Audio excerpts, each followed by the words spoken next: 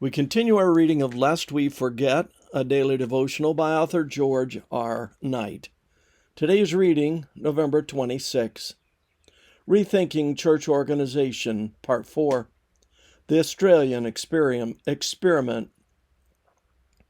There was one body and one spirit, just as you were called to one home when you were called, one Lord, one faith, one baptism, one God and Father of all.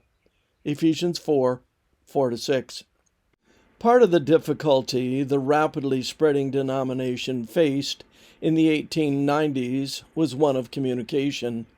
In the name of unity, operating policy decreed that church headquarters in Battle Creek had to approve all decisions above the conference level.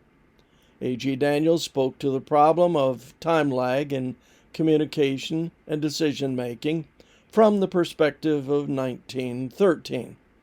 The difficulty was that at its best, the mail took 4 weeks each direction, and often arrived to find the members of the General Conference Executive Committee away from their offices.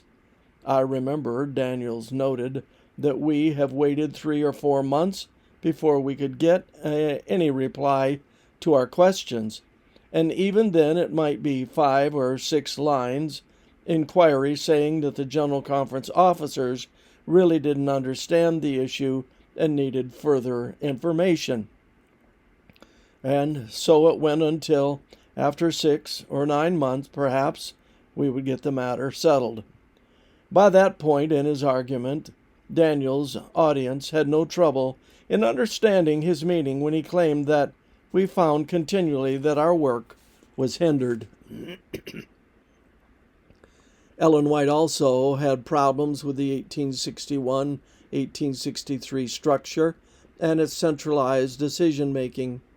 Having spent years in the church's mission fields, she recognized that the men at Battle Creek are no more inspired to give unerring advice than are the men in other places, to whom the Lord has entrusted the work in their locality.